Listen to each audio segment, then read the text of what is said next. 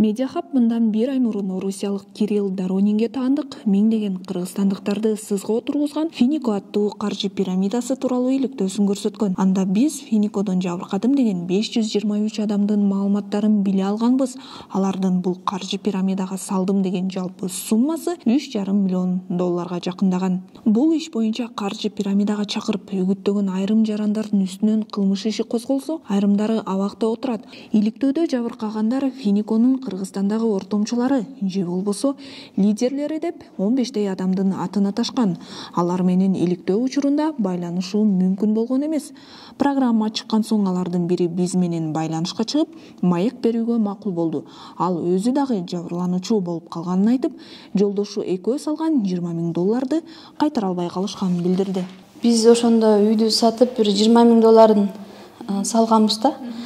Жарым квартирага, жарымын эмеге пассивный доходго. Мерим Тагайматовага өткөн жылдын октябрь айында каржы пирамидасын уюштуруу деген берене менен кылмыш иши козголуп, үй камагына алынган. Ал Финикого акчамды бирөөгө бербестен өзүм салгам дейт. Эч кимди Финикого кел деп чакырбагандыгын айтат. Азыр анын үстүнөн арызданып жаткандар бир кезде өздөрү мага жардам сурап кайрылышчу дейт. Мен алчу эмесмин, ошол жерге баягы электронный акчаны кантип алганды көрсөттүк да.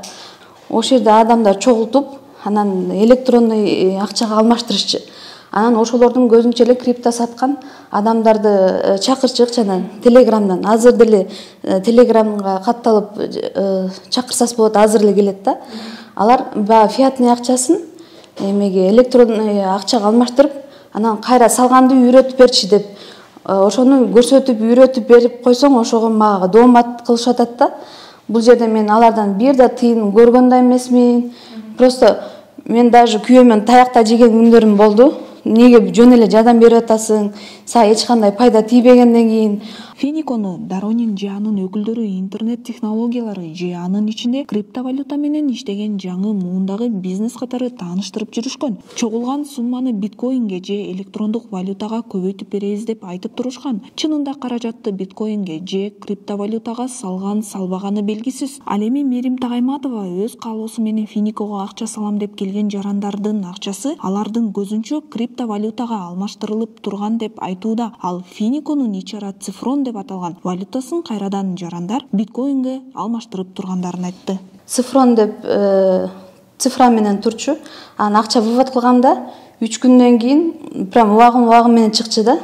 Ал акча биткоин болуп чыкчы. Биткоинду жана балдардан эле кайра алмаштырып алчык.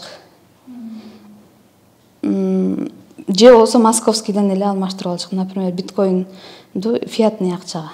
Кантип салчылыңыз түшүндүрүңүз? Например, Binance деген биржа бар. Аны интернеттен карап көрсөз болот. Криптовалютаны, фиатный акчаны криптовалютага айлантабыз. Ал баягы электронный акча болот да. Анан Binance'дан кайра Финикого салчык. Мен өзүм ошентип салгам да.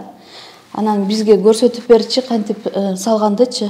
Доверчивые граждане отдали жуликам свои сбережения. Бирок орусиялык иликтөөчү журналисттер чыгарган материалда Финиконун тиркемеси тек гана сүрөт экени, андагы цифралар эч кандай реалдуу акчанын суммасы эмес экени аныкталган. 2021 жылдын жай айларында Татарстандын Борбордук банкы Финикону каржы пирамидасы катары тааныган. Ошондон кийин Кирилл Доронин кармалып, калган үчөөнүн дайын дареги белгисиз. Ал эми кыргызстандыктардын акчасы бүгүнкү күндө кайда экени жана аны кайтаруу боюнча иш жүрө элек. Бүгүнкү күндө ошо жанагы жабырлануучулар, сиз дагы ошолордун ичиндемин деп атасыз.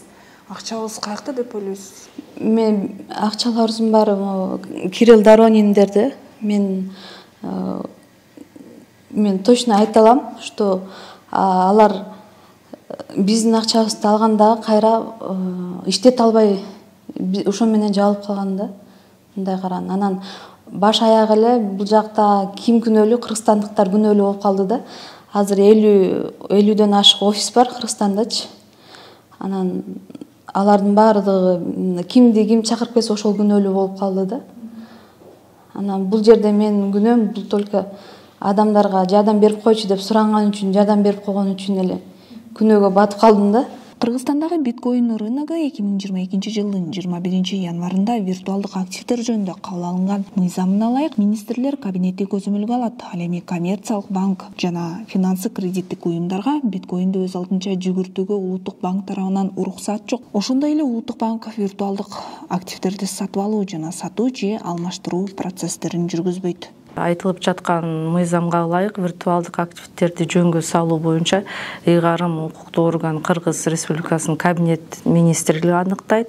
Улуттук банк тарабынан көзөмөлдөгөн жана виртуалдык активдерге тиешелүү кызматтарды көрсөтүү юридикалык жактардын ишин улуттук банк тарабынан жөнгө салынат.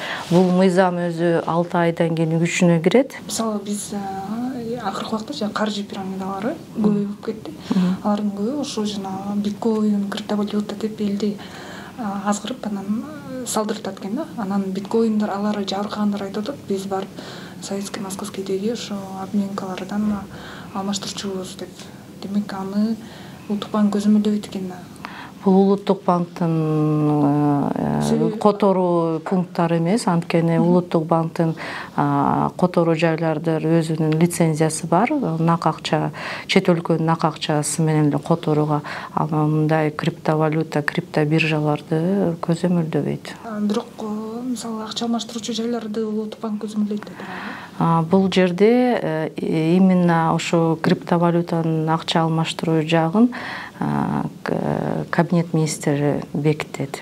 Ал эми өлкөдө биткоин рыногун кайсы мамлекеттик орган көзөмөлдөйт? Азырынча буга так жооп ала алган жокпуз. Тилекке каршы биткоин трейдер же ушул сыяктуу электрондук акча менен байыйсыңар деген бир эле ушу Финико каржы пирамидасы эмес, алардын саны абдан көп. Биз тажрыйбалуу трейдерден бул жаатта да баарлашып, кенен маалымат алууга аракет кылдык. Трейдерлик деген эмне? Трейдер деп бул торговец деп коет. Мисалы экономикалык дүйнөсүндө 3 рынок бар. Бул товарный рынок, анан валютный рынок, фондовый рынок деп коет. Товарный рынокто кийим кече, машина, нефть алып сатып иштемей, да, недвижимость и так далее. Все, что можно купить, продать на рынке. Валютный рынокто бул баягы курс түшкөндө, көбөйгөндө ошо жалаң валюта менен иштеген рынок. Анан фондовый рынок биз ошо акцияларды алып сатмай. Фондовый рынок кадимкидей эле базарга чыгып картошка алып кайра сатып дегендей кепте. Фондовый рынокто ошо сатуучулар анан сатып алуучулар жолугуша турган жер. Ошондой эле фондовый рынокто биз финансовый инструменттер менен торговля кылабыз. Деги эле ушул трейдерликте 4 айда ушунча сумма коротсоңуз, эгер $20,000 коротсоңуз, ошо 4 айда келеби? Кайра өзүнүн акысы же ошол эле күнү келеби? Пайдасы. Эгер трейдерлер баягы 20,000 алып туруп бүгүн иштете турган болсо, пайдасын бүгүн эле көрүшөт да. Эч кандай 4 ай же 5 ай деп күтүп жок. Алар күнүмдүк эгер күндө иштешсе, күндө пайдасын көрүшөт. Өзүңүздөр көргөндөй эле Финиконун негиздөөчүлөрү өтө амалдуу жол менен элдин ишенимине кирип, ири суммадагы акчаларын ала алышкан. Жабырлануучулардын саны ого эле көп. Сиз дагы ушул сыяктуу азгырыктуу каржы схемаларга кабылып калбооңузду эскертебиз.